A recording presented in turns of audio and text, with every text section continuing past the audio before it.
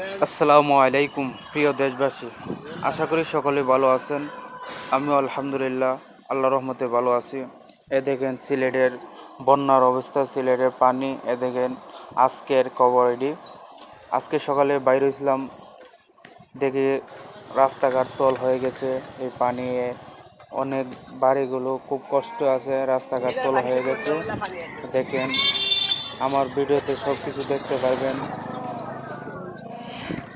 অনেকে পানি বেড়ে বেড়ে অনেক হয়ে হয়েছে, অনেকগুলো পানি বেড়েছে। দেখেন এই যে বাড়িগুলো কিংবা তল হইতেছে, এই যে সুরমা নদী।